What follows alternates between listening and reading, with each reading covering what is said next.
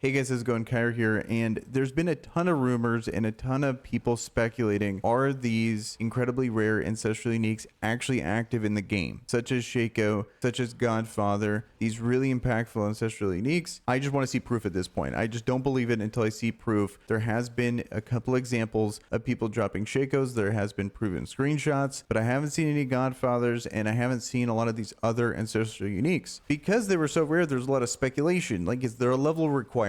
Do you need to have beaten Uber Lilith at level 100? Do you need to do all these things to finally unlock something? Is it only location based? Is there certain dungeons? A lot of theories. We could finally clear up a ton of those rumors because we have a actual Blizzard dev giving us real details. Hello, I wanted to clear up some details on the rarest unique items in Diablo 4. So here we go. We have 4 things. They can drop from level 85 plus enemies. And as we've seen that 90% of people haven't even beat the campaign, it really makes sense why these are so rare. Not many people in the grand scheme of things are past level 85. You can get them anywhere. You can get a regular unique, and they always drop at 820 item power, which is interesting. It's crazy that there's no actual other limit. It must be 0.001% drop chance or something. We currently have 6 of them in game, and they're really rare. Let's actually take a look at these 6 items that are in game because some of these are super impactful. Start with Grandfather. This is a popular one that people have talked about. 820 item power here, and then it increases just raw damage. Things about the Grandfather that just doesn't exist on normal two-handers. In fact, where it increases your critical strike damage by 76%, and this is multiplicative. This is the good one, not the plus. Then it also ignores durability loss, which is kind of a nice little bonus, but it is very unique. This 2,200 maximum life can go up to 2,700, and this is not even upgraded.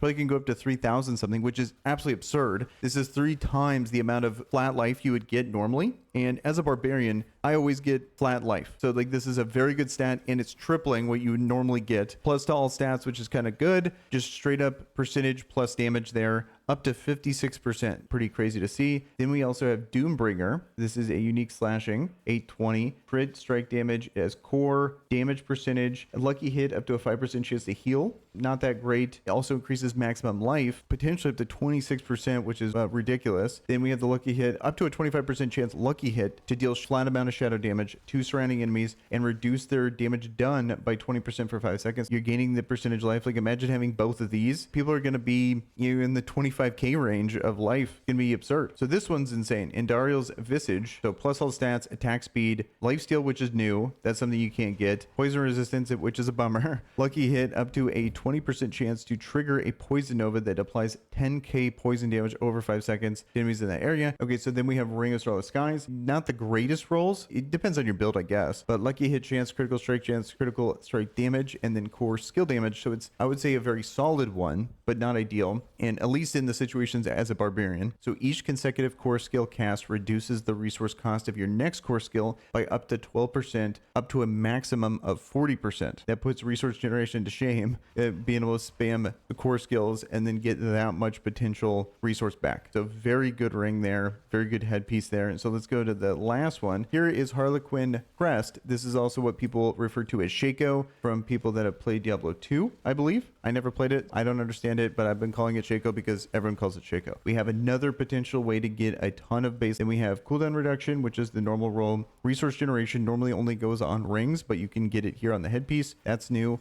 And then all stats, that's normal. Gain up to 20% damage reduction, which is wild. But the big thing that people really want it for is going to be, in addition, gain plus 4 ranks to all skills. Let's talk about the last one here. Melted Heart of Selig, plus all stats, core skill damage, damage while healthy, and then resource generation. If I got these rolls, I wouldn't be happy with this. Your resource generation is nice, but the other stuff is pretty mid on a ring. Gain 30% maximum resource. In addition, when you take damage, drain 6 resource for every 1% life you would have lost instead. So gains 30% maximum resource. I wonder if that actually caps you, like for Fury on a Barbarian, if that actually increases your Fury cap. And then if that's the case, that would be absolutely absurd for Hoda potentially. You're missing out on vulnerable, crit damage, all that stuff. So I'm not sure if this is actually worth it, but pretty cool and unique thing that, depending on which class, could actually be pretty sweet. I just happen to always look at everything from the lens as a barbarian. That's the update here. Pretty cool to see that these are actually all in game. They're just incredibly rare. And with that, guys, I'm out of here. Peace.